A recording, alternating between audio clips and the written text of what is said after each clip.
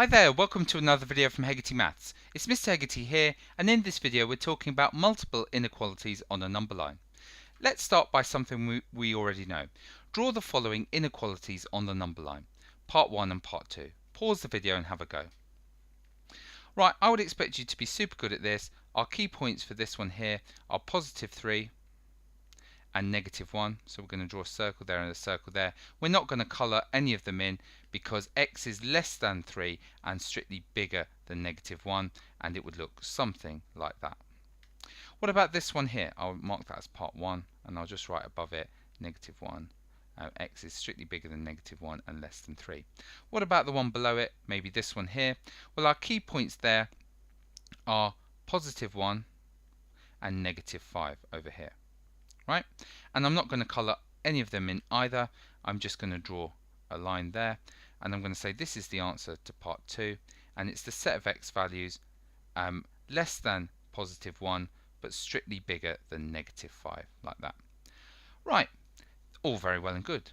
What if I subsequently asked you this? For what values of x do both inequalities hold simultaneously? Now, simultaneously means at the same time. So x values where this one's true and this one's true. Well, let me just try and show you with a little diagram. Would it be fair to say that from there to there only the blue one is true? Would it also be fair to say that from there that way only the red one is true? I think that's a fair statement. So they are only both true together in this window of opportunity here, somewhere in between here and here. They're true at the same time, right? And for what x is that true? Well, it's x.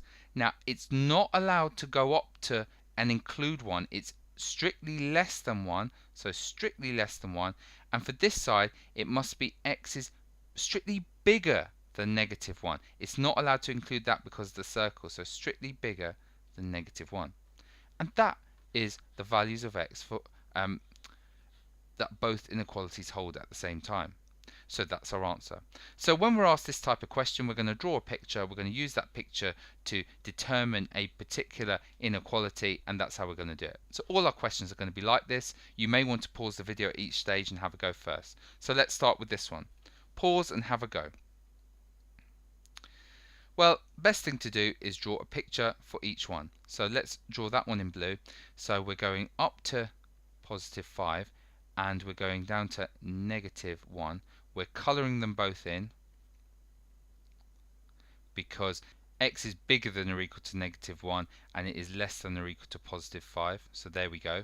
And this there is part 1 and it's this inequality here. And the other one underneath it, let's draw it in red. So our key numbers there are 3, which we're going to colour in, and 7, which we're going to colour in. And we're going to draw ourselves a line between those as well. And we're just going to write in there that this was for part 2 and this was that inequality there. Now the question is, when do they both hold simultaneously? Well, let's just think about when just the blue one holds. From here to here, I think you'd agree with me that just the blue one holds. From here to here, I think you'd agree with me that just the red one holds. So in between the two, we're going to use this sort of way of saying there are our key values. So what we're going to say is x, and the key number there is 5, the key number there is 3, and because that is a coloured in circle there, we're going to say x bigger than or equal to positive 3, and because that's coloured in there, we're going to say x less than or equal to positive 5. And they are the values of x for which the inequalities hold simultaneously, and we're done. Let's have a go at another one. Now that looks rather similar to the one we've just done. Can you spot what the difference is? Well, instead of less than or equal to signs or bigger than or equal to signs, we've got strict inequalities. So strict less than signs or strict bigger than signs. Let's see if that affects the values of x where both the inequalities hold at the same time. Let's do the first one in blue. Key values are at negative 1 and at positive 5. I'm not going to colour them in because it's a strict inequality. I'm just going to draw a line between it. Let's do this one in red. The key values are again 3 and 7 like before, but we're not colouring them in this time. And let's draw a line between it.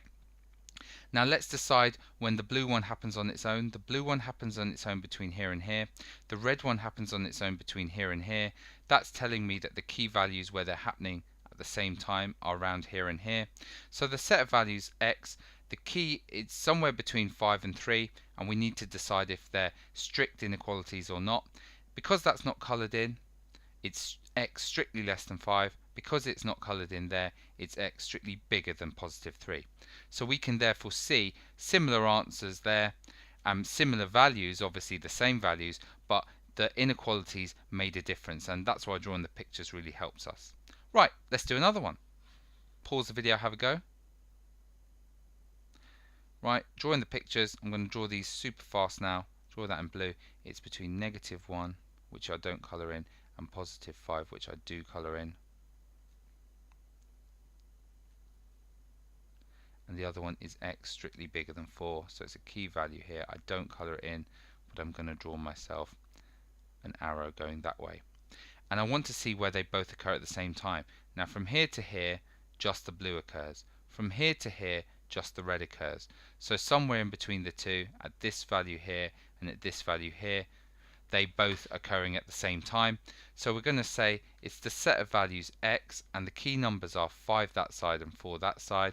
Now because that's coloured in, it's x less than or equal to 5, and because that's not coloured in, it is x strictly bigger than +4, and that's our answer there. Let's try another one. Pause the video, have a go. Okay, drawing this one here, we're going to have -3 is a key number which we're going to colour in. +5 is a key number which we're going to colour in. We're going to draw ourselves a line between the two.